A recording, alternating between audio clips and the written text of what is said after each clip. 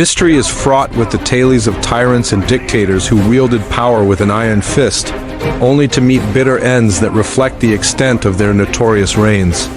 As we analyze the lives and deaths of these leaders, we find ourselves grappling with a complicated tapestry of power, fear, and justice. Consider Adolf Hitler, immersed in the depths of Berlin as Allied tanks rumble through the streets, a once mighty dictator reduced to a caged animal in a concrete bunker.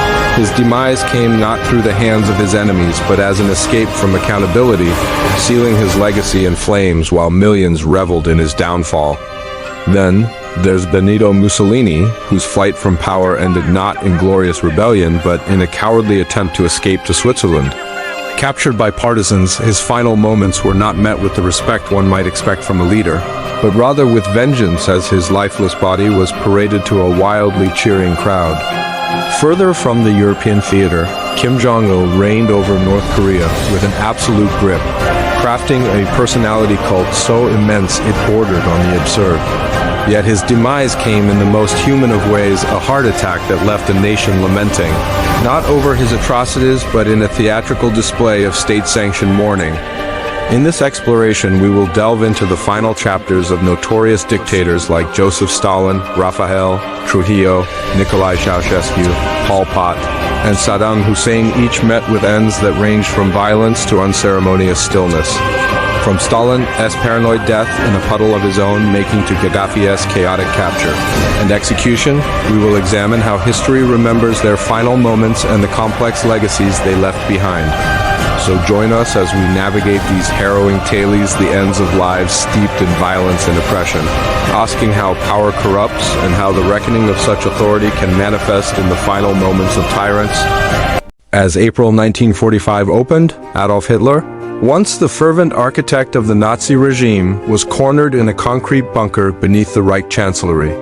With Soviet tanks rumbling through the streets of a crumbling Berlin, a man who once commanded millions found himself surrounded by an ever-dwindling circle of loyalists. During these bleak days, Hitler married his longtime partner, Eva Braun, in a bizarre midnight ceremony on April 29th. The following afternoon, amidst the echoes of artillery, he said his final farewells.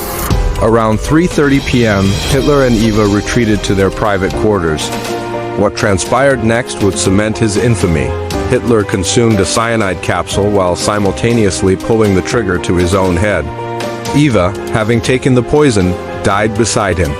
Their bodies were then carried to the Reich Chancellery Garden, covered in gasoline, and set ablaze while the sounds of battle echoed ominously in the distance. Thus, a man whose orders had led millions to death chose to evade justice. He left behind only charred remains and a legacy entrenched in horror. Dying at the age of 56, news of Hitler's death reverberated worldwide, signaling the twilight of the European theater in World War II and spawning countless conspiracy theories about his demise. Far from Berlin, another dictator's fate unfolded. Benito Mussolini, the Italian leader previously known for grandstanding about a new Roman Empire, faced a harrowing end on April 28, 1945. Disguised in a German military coat, Mussolini attempted to escape to Switzerland but was halted at a partisan checkpoint near Lake Como. Captured alongside his mistress, Clara Petacci, he was executed the following day. Their bodies were taken to Milan, where the spirit of vengeance had its moment. Public outrage erupted, with citizens kicking and spitting on the corpses of Mussolini and Petacci. Hangings of their bodies from a gas station became a scene of triumph, a stark contrast to the crumbling image of fascism they had once represented. Mussolini's brutal demise marked a definitive end to fascist Italy, symbolizing the unraveling of World War II. In the East, Kim Jong-il ruled North Korea with a harsh fist from 1994 to 2011, building a cult of personality so potent that it claimed he could control the weather itself. Yet, on December 17, 2011, he died not in conflict, but from a heart attack while traveling by train, a rather human end for a staunchly authoritarian figure. His passing was announced 2 days later, accompanied by state media's dramatic display of grief. Citizens collapsed on the streets, wailing at his death, blending genuine mourning and fear-driven theatrics. Kim's body was embalmed and put on display next to his father, Kim Il-sung, ensuring the dynastic legacy survived.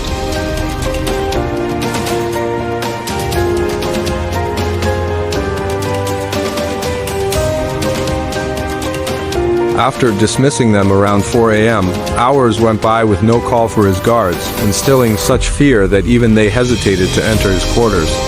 When they finally found him, the 74-year-old dictator lay alone, partially paralyzed from a stroke. His subsequent death lingered for days. Characterized by uncertainty and suspicion, did his trusted aides delay assistance to finally rid themselves of his terror? Ultimately, when Stalin died on March 5, 1953, the Soviet Union mourned, but many also felt relief as the grip of his tyranny loosened. Rafael Trujillo ruled the Dominican Republic with unparalleled brutality until the hunter became the hunted on. May 30, 1961. While traveling outside Santo Domingo, a cadre of conspirators ambushed Trujillo's car, riddling him with bullets. After the assassination, panic ensued among the conspirators, unsure of how to proceed. Trujillo's death signaled the end of an era defined by unrelenting oppression.